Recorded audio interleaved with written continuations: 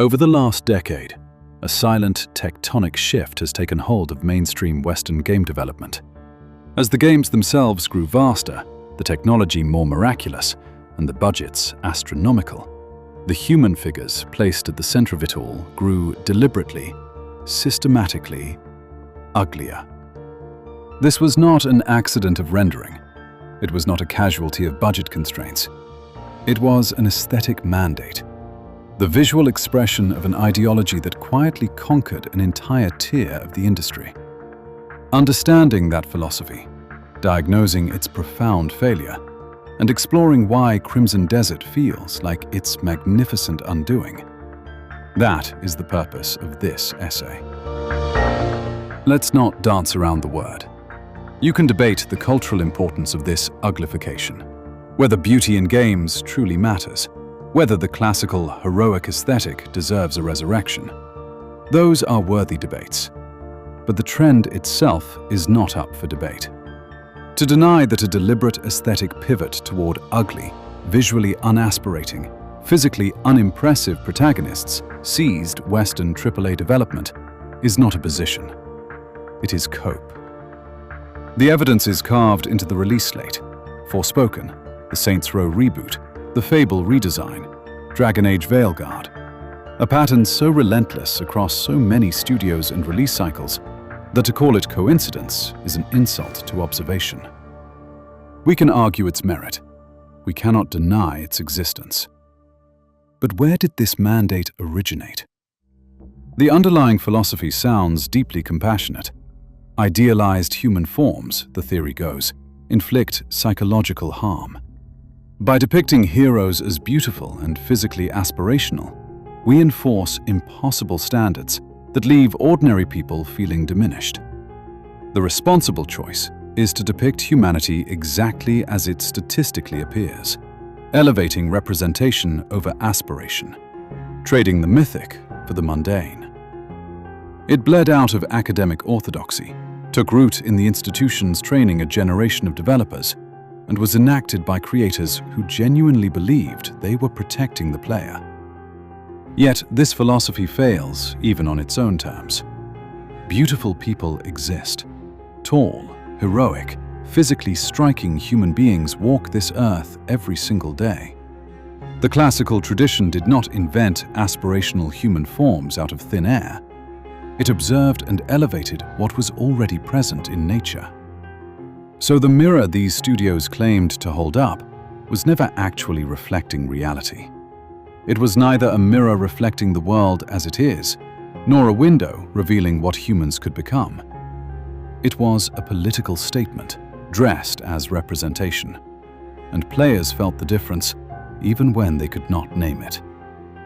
Gaming journalism provided the institutional cover, spending years rewarding this aesthetic with praise and framing uglification as progressive courage, letting studios convince themselves this was art rather than activism. Yet beyond the politics, the philosophy rests on a catastrophic error. It conflates the mirror with the window. A mirror reflects exactly what you already are. A window reveals what you might become. The entire classical tradition of heroic beauty, from Hellenistic marble to Renaissance canvases to the epic poetry of antiquity, has always functioned as a window. Not a command dictating what you must look like, a monument to what the human spirit is capable of becoming. When an industry shatters the window to replace it with a political statement dressed as a mirror, it does not achieve equality. It constructs a ceiling. The uglification of Western protagonists is the physical wreckage of that dismantled ideal. When you replace the window with a mirror in the name of representation, you don't produce equality. You produce a ceiling. And the damage is not only philosophical. There is a specific exhaustion that comes from inhabiting a protagonist you cannot inhabit. A low-level background friction that never resolves. The constant, quiet awareness that something is fundamentally misaligned between you, the character, and the world you are supposed to share. The writing does not match the topic. The character does not belong to their own story. And at the back of your mind, beneath the gameplay, beneath the narrative, you feel it. This is not a creative choice. This is someone's politics, and it is in the way. To understand why classical beauty removes that friction is to understand what it actually is, not as taste, but as philosophy. Across the greatest artistic traditions, Greek, Renaissance, Chinese, beauty was a language of presence. A Greek warrior carved in marble is beautiful because the sculptor understood that excellence, discipline, courage, the willingness to walk through the fire of becoming, leaves a physical signature on the human form. Beauty is evidence, the outward testimony of an inward fire.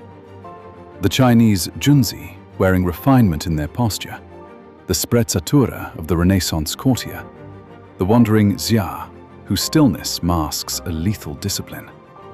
The truth is ancient and unbroken. Excellence manifests beautifully, and that beauty calls others to rise. The Greeks named the feeling this stirs, thumos, the spirited chord of the soul that witnesses genuine excellence and feels an innate hunger to elevate itself. Not envy, the quiet recognition that inhabiting a higher state of being is possible. No medium activates thumos more powerfully than games. Here, you do not merely observe the hero, you wear their skin, you bear their weight. You move through a world built to make their hard-won excellence feel earned. When gaming abandoned classical beauty, it didn't just render uglier faces, it surgically removed thumos from the defining art form of our generation. But this tragedy is strictly Western. While the West was boarding up the window, the East left it wide open. NetEase's Where Winds Meet breathes entirely within the classical Chinese heroic tradition of the Jianghu. The cultivated warrior moves with a bearing that proves their devotion to a higher pursuit. The characters possess an unmistakable beauty. Beautiful in the exact way a master calligrapher's brushstroke is beautiful. Every curve carries the weight of the lifelong discipline that forged it. NetEase built their world inside a culture where the tether between a warrior's grace and an artist's stroke never snapped. It never had to survive a culture war. The tradition is lived, unbroken. And because the window remained open, stepping into that world strikes the chord of thumos instantly. Pearl Abyss carries a darker history, which makes Crimson Desert an act of profound redemption. Their flagship MMO, Black Desert Online, committed a different sin against classical beauty. Not uglification, but its opposite, corruption. Exaggerated proportions. Armor engineered as a delivery mechanism for skin. Female classes designed with one objective that had nothing to do with gameplay. Idle animations that belong in a different genre entirely. Bodies that exist purely to be consumed. They took the human form and weaponized it commercially.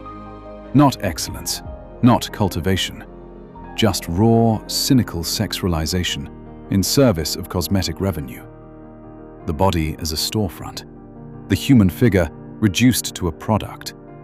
That was their original sin. Cliff is the answer to both failures. A scarred, weathered mercenary warrior. His war paint and deeply lived-in features communicate a heavy, blood-bought cost. Look at that face. It is not chiseled into fantasy perfection, not sanded into inoffensiveness. It is a map of every wound survived, every loss absorbed, every choice made in the dark that forged him into what he now stands as. He is not ugly. He is not exaggerated. He is classically beautiful in the oldest sense of the word. A physical form breathing testimony to internal excellence. The world surrounding him is scaled to match that gravity. Dragons that are genuinely terrifying. Political collapse that carries the scent of real ash. A landscape that honors its own mythology with absolute sincerity. This is the open window. A world crafted to ask the player who dares to enter, what are you capable of becoming? That question is the invisible gravity pulling 3 million wishlists into its orbit. Most players cannot articulate the philosophy behind what they are feeling. They simply feel the electric pulse of a game that believes in its hero, arriving like rain after a suffocating drought of titles, embarrassed by the very concept of heroism. The collective exhale of finally recognizing the window, after years of being handed nothing but mirrors. We cannot judge the execution yet. The game is not out. But what Crimson Desert appears to be attempting, a fully committed Western high fantasy open world, anchored by a classically beautiful figure of genuine weight, walking through a mythology it takes dead seriously, has been a ghost in this medium for over a decade. In this landscape, after years of gaming journalism rewarding uglification as virtue, and studios confusing activism with artistry, a game that simply commits to the classical heroic story is a radical cultural departure. A middle finger delivered at AAA scale to an entire institutional consensus. If it delivers, it will be more than a great game. It will be a philosophical statement. A world only feels as large as what it asks you to become inside it. If Crimson Desert delivers, and every frame suggests it might, it will be a triumph. For the players who felt the absence of heroism and kept searching anyway. For Pearl Abyss, who appear to have grown into something worthy of the tradition they are stepping into. For NetEase and the creators of Where Winds Meet, who kept the window open while the West drew the blinds. And for all of us, 3 million strong, standing at the threshold of a world finally brave enough to ask us the right question. The warrior who carries a wound and refuses to stop moving. The world where the stakes carry real, devastating weight. The classically beautiful human figure at the center of it all, asking not what you want, but what you could become. High fantasy was never a genre. It was a philosophy. For years, Eastern studios kept the window open while the West drew the blinds. Crimson Desert looks like it might finally throw them wide open again. And if it does, the view belongs to all of us.